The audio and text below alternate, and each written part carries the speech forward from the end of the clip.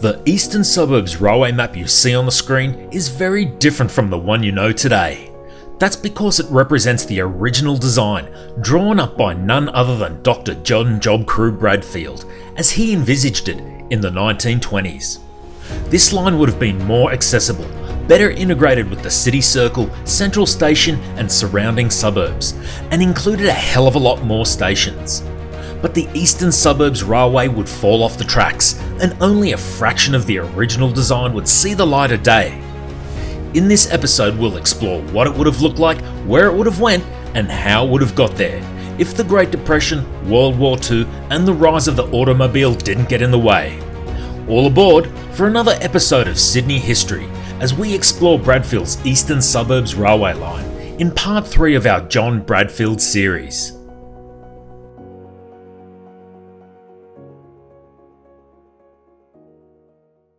Bradfield's Eastern Suburbs Railway first gained real traction in 1915, when the New South Wales government approved the first section for construction, along with the city circle. Phase 1 would stretch from St James Station all the way out to Bondi, covering a distance of 5 kilometres. By 1925, Bradfield had finalised the route, featuring 6 new stations, and when St James Station was completed in December 1926, it opened with the Eastern Suburbs Railway in mind. Acting as a key interchange, it had 2 extra platforms and 2 stub lines that would stretch out from the northern and southern ends of the station, 500 metres in each direction. But that's as far as it got, and shifting economic, political and transport priorities would see this version of the line cancelled altogether. Bradfield envisaged the first station on the new line under the start of Oxford Street and the southeast corner of Hyde Park, with the station sporting the same name as the street above. The station was to be built at minimum depth below the surface, and it was intended to have a concourse level above the platforms in a similar fashion to St James, but on a smaller scale. Access would have been via shallow staircases on the sidewalks, and being built directly above a 5-way intersection, it would have likely had excellent underground pedestrian links in all directions, saving people from having to cross the busy streets above. From here, the line travels 600 metres southeast under Oxford Street, in a straight line to Darlinghurst Station. Rail level at Darlinghurst would have been 10.67 metres below street level, and the station box would have fit nicely right under Taylor Square, built using the cut and cover method of construction. Similar to Oxford Street, Darlinghurst is buried under a busy 6-way junction and was already a major traffic and commercial hub in Sydney by the 1930s, with several major institutions and buildings already established, such as the Darlinghurst Jail and Law Courts, St Vincent's Hospital and high-rise apartments, all within 200 metres of this busy station location. From Darlinghurst Station, tunnelling would have continued another 1.2 kilometres east under Oxford Street, until it reached Glenmore Road Station. Glenmore Road would have been a submerged, open-air station and access would have been via Healy Street. In fact, all stations and tracks from here on would have been open air and the rail corridor in open cut. At this location, the station would have provided great access to Paddington Women's Hospital at the time, Victoria Barracks and the surrounding residential neighbourhood. Up until now, tunnelling for the 1.6 kilometre Oxford Street rail alignment would have used the drill and blast tunnelling method, similar to parts of the city circle, where men with pneumatic pick hammers and hand shovels chipped away at the tunnel's face as they formed up the concrete-lined arch shape behind them as they burrowed beneath the city streets. However, from Victoria Barracks, the line diverts 400 metres under private property and buildings, with some areas requiring painstakingly slow and delicate underpinning tunnelling techniques, where wide flange steel beams would have been used to support building foundations and heavy loads above, while dirt and rock were dug out by hand in the dusty and poorly lit tunnel excavation. When designing the City Circle and Eastern Suburbs line, Bradfield had to choose whether the lines would be fully underground, deep down, served by lifts and escalators, or just below the surface and in open air where possible. The highly elevated Sydney Harbour Bridge was a major contributing factor in the selection of a shallow underground system, which could easily and cheaply be served by short staircases. From Glenmore Road, the line would continue east, in a shallow open-cut rail corridor, 700 metres to Paddington Station, which would have run parallel to the leafy residential Paddington Street. There would have likely been hundreds of residential property acquisitions needed to build the open-cut rail corridor and stations for this section.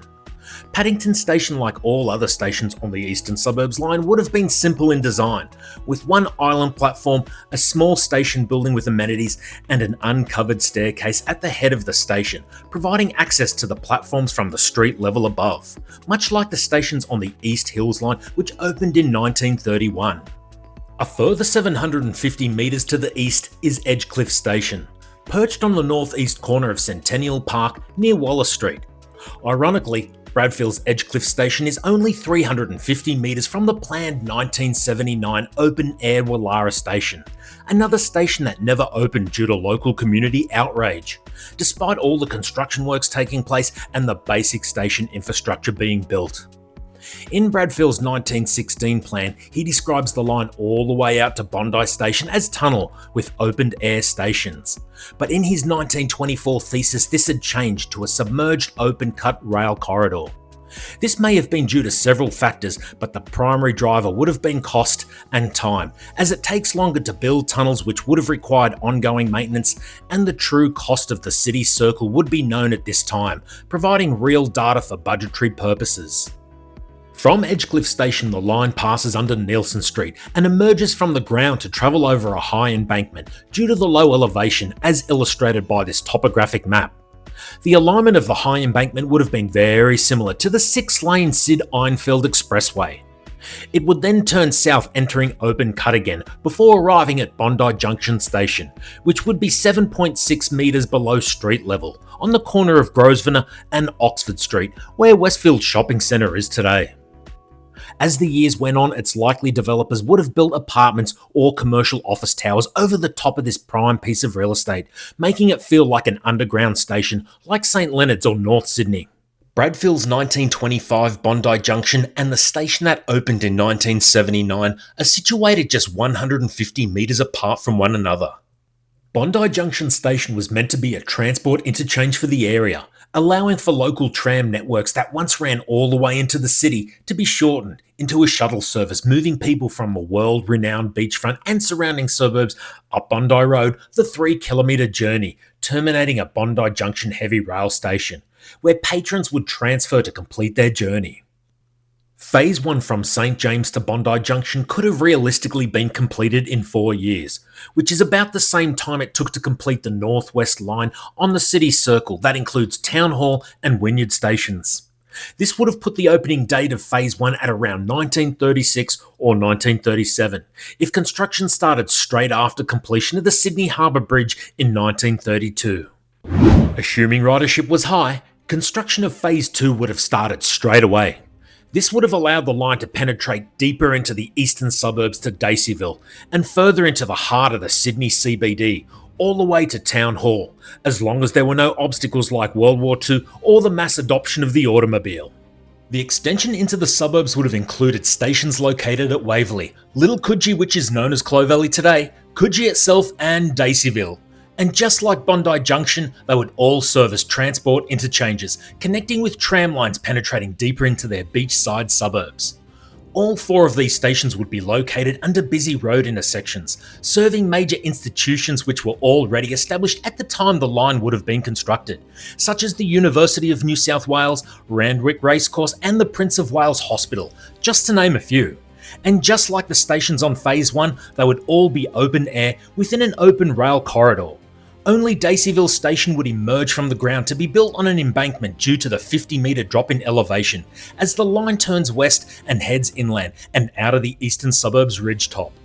Meanwhile, back at the city end, construction would have started on the second City Circle line, which would have extended north from St James Station before making a hairpin turn at Bridge Street and running south underground the entire 2.3 kilometre length before terminating at Town Hall Station's lower level platforms.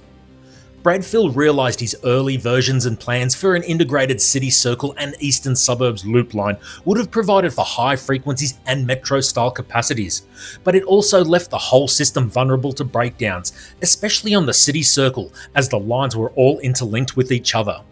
So by the mid-1920s, Bradfield updated the plan and separated the City Circle with an independent second line, which would have been dedicated to serving the eastern and future western suburb railways. The extension into the city would feature two new stations, the first at O'Connell Street and the second at Pitt Street. O'Connell Street would be situated in the heart of the city's financial business district at the northern end of the city. The station layout would have had two side platforms and a concourse level above, built in the same style as Town Hall, using cut and cover and steel beams and trusses. As fate would have it, the new Western Sydney Metro Terminal station on Hunter Street, due to open in the early 2030s, will partially overlap Bradfield's O'Connell Street site. From O'Connell Street, the line turns south and heads under Pitt Street, 600 metres until it reaches the station, precisely where Pitt Street Mall is today.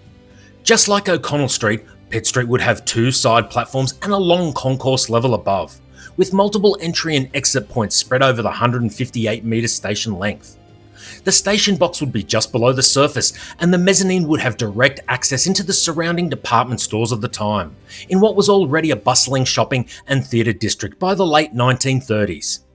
From Pitt Street, the railway extends south, before turning west under city buildings, where it realigns itself with George Street and connects with Town Hall Station's lower level platforms. Platforms 4 and 5 are 12 metres below the surface and were built specifically for a future Eastern Suburbs Railway when they opened in 1932, providing a second interchange with the city circle. To assist passengers in accessing the lower platforms, Town Hall opened with the first set of escalators on the network. Platforms 4 and 5 would remain unused for 47 years, until the Eastern Suburbs line would finally open in 1979. Albeit a different and much shorter version. Phase 2 to Town Hall and Daceyville could have been completed by 1940, paving the way for the third and final section to close out the loop.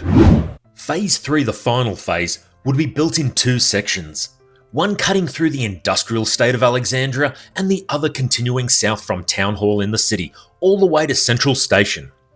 The city end would stretch 1.1 kilometres under George Street to the Underground Railway Square station. Railway Square would be located on the west side of Central Station, where the Eastern Suburbs line, according to John Bradfield, would terminate.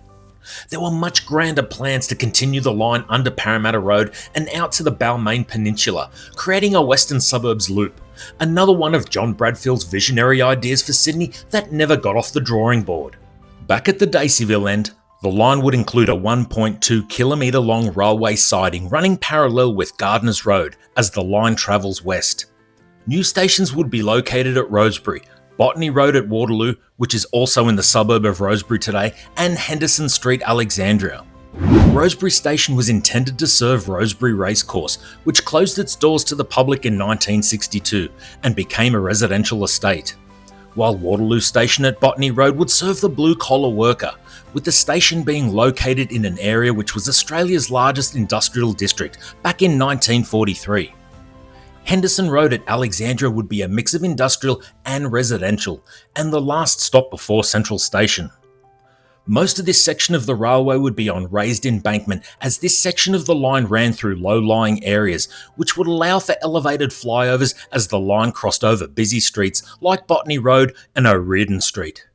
From Henderson Road, the railway would join the Illawarra line via a set of underground flyover junctions just south of Redfern Station, which were partially built as part of another 1947 railway proposal but remain unused till this day. From here, the line would continue under the Cleveland Street Bridge and onto Central Station, completing the Eastern Suburbs Railway loop. Okay guys, we've come to the end of the Eastern Suburbs Railway line, a grand and bold vision conceived by the engineering legend John Bradfield, who promised to bring the Eastern Suburbs closer to the heart of the Sydney CBD, with his ambitious loop circling the Eastern Suburbs of Sydney. While Bradfield's original plan may have been derailed by unforeseen world events, future technologies and shrinking budgets, the Eastern Suburbs Railway lives on in a dramatically shortened version that prioritises key commercial hubs like Martin Place, King's Cross and Bondi Junction, without providing the vital connectivity to residential and beachside suburbs as Bradfield envisaged. As we ride the Eastern Suburbs line today, it's hard not to wonder what might have been if Bradfield's vision would have been fully realised. A city more connected, more accessible, and perhaps more vibrant, with less dependence on the automobile. Okay guys, I hope you enjoyed part 3 of our John Bradfield series. If you enjoyed this deep dive into the eastern suburbs, be sure to hit the like and subscribe buttons. I'm Mike, thanks for watching, and I'll see you on the next one.